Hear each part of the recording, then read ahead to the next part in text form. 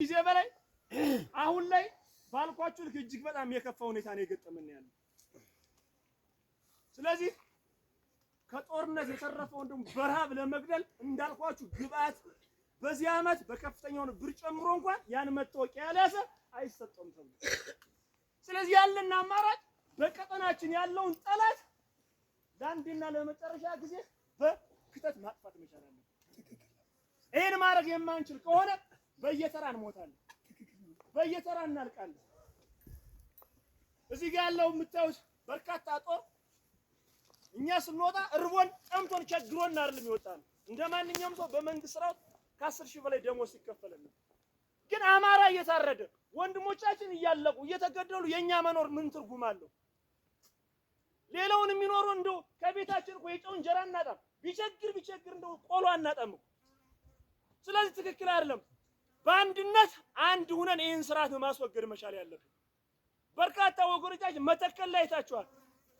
ብልታቸው ተቆርጦ ምላሳቸው ተቆርጦ ሴት እህታችን ባለ የምትባለው ጡቷን ቆርጠው ነው። አረመኔዎች ናቸው። የሰው ፍጥረት የላቸውም። የሰው ስነ ምግባር የላቸውም። ስለዚህ ይሄን ላለመጥፋት ሁላችንም በአንድነት መታገል መቻል አለብን። ይሄን ማድረግ የማንችል ከሆነ ልንወጣው የማንችል አደጋ ካሳለፍናቸው 2-3 አመት የበለጠ ከፍተኛውን ዘመቻ ነው የተደረገው። አማራ የሚባል ብሔር የለም፣ አማራ የሚባል ነገር የለም። ሙሉን አጥፉ ነው የተባለ። ፋኖን አይደለም የታጠቀ ያልታጠቀ የሚባል ያገኘውን ምን በለው ጥረገው ነው የተባለ። ስለዚህ ላለመጥፋት ለራሳችሁ ወስኑ። እኔ ለማንም ብያር ለሚወጣው እኔ ለሙስሊም ብያር ለሚወጣው እኔ ለክርስቲያን ብያር ለሚወጣው መጀመሪያ የወጣው ለራሴን ለማዳን ነው። በሰላም ወጥቼ መግባት ስላልቻልኩ መንቀሳቀስ ስላልቻልኩ ራሴን ለማዳን ነው የወጣው። ስንሰባሰብ ደግሞ የጋራ እንድንሆናለን። አማራ የሚባላል ለአማራ ነው የወጣው እንጂ ሙስሊሙ እንደዚህ ሆናል ብዬ ክርስቲያን ሆናል ብዬ አይደለም። ውሸት ነው። እንደ በዛ ልክ አይደለም። ስለዚህ የታወጀብን ለመጥፋት ስለሆነ ላለመጥፋት ደግሞ በአንድነት ራሳችን ማዘጋጀት መቻል አለብን። ስለዚህ በቀጣይ የምታዩት 3 አመት ሙሉ ስንታገል ማንም አግዞን አይደለም። ሎጂስቲክም ተተኳሽም እያንዳንዱ ነገር ህዝባችን ነው ከጎናችን ደብቆ ይዞን እስካሁን ይኖር።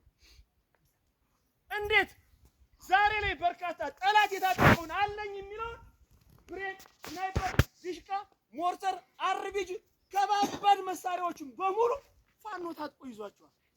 እንዴት ታዲያ እንደዚህ ማሸነፍ ያቅተን? ዛሬ አብይ አህመድ ጦር የያዘውን መሳሪያውን እጃችን ላይ ገብቷል። ስለዚህ በአንድነት ሆ ብለን ዘምተን የሆነ ቀጠና ማስለቀቅ አለብን። 30 ክረምት አንጠብቅም ሁሌ ማለት ነው። ስለዚህ መሆን ያለበትን ነገር በአንድ ትንፋሽ መተንፈስ መቻል አለብን። ራሳችን ማየት መቻል አለብን። ወንድሞቻችን እያለቁ ነው።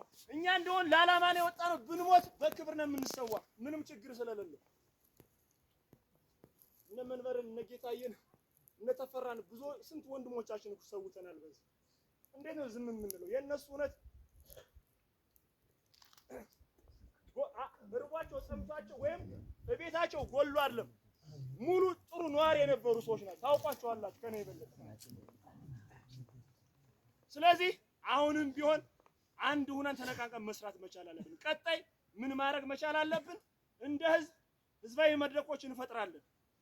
አዎ እኛም ማጥፍተናል። በእኛ በኩልም ችግሮች አሉ። እኔ በድርጅቱም ይቅርታ መጠየቅ እፈልጋለሁ። ህዝቡ ጊዜው የኛ ስለሆነ ክላሽ ስለያዘ በቃ ከሱ በላይ ሰው የለም። ከዘራውን ይዞ በምን ይዞ የ30 የ25 አመት ወጣት የ40 አመቱን የ70 አመቱን ሽማግሌ ሲደበድበው ታያለ። መሳሪያ ስላነገትን ብቻ ማለት ነው። በሰላሙ ጊዜ ማን ይነካል? አይደለም ዱላና ተኩስ ማን ይሳደባል? ስለዚህ አሁን ህግ ወጥቶለታል ለእያንዳንዱ። ስለዚህ ህዝቡና ጦሩ መለየት መቻል አለበት። ከዚህ በፊት የፋኖ ዘመድ ስንዝር መሬት የገፈው ካለ ዘመድ ስላለው በዱላ ብሎ ምናምን አስሮ 3 ቀን ያስሯል። ከዛ በኋላ ያኛው ዘመዱ 1 አመት ያርስና ይጠቀምበታል። እኔ ዘመዴ ስለሆነ ለዛኛው ነው አንተ ነው። ትክክል አይደለም። ፍትህ እኩል ነው መስጠት መቻል ያለበት። አንዱ የሚታሰርበት ይመጣል 3,000 ብር 4,000 ብር ከፍሎ ይፈታል። 10,000 ብር ክፈል ይባላል። ይሄን እንነጋገራለን ቀጥታ ማለት ነው። ስለዚህ ይሄ ትክክል አይደለም።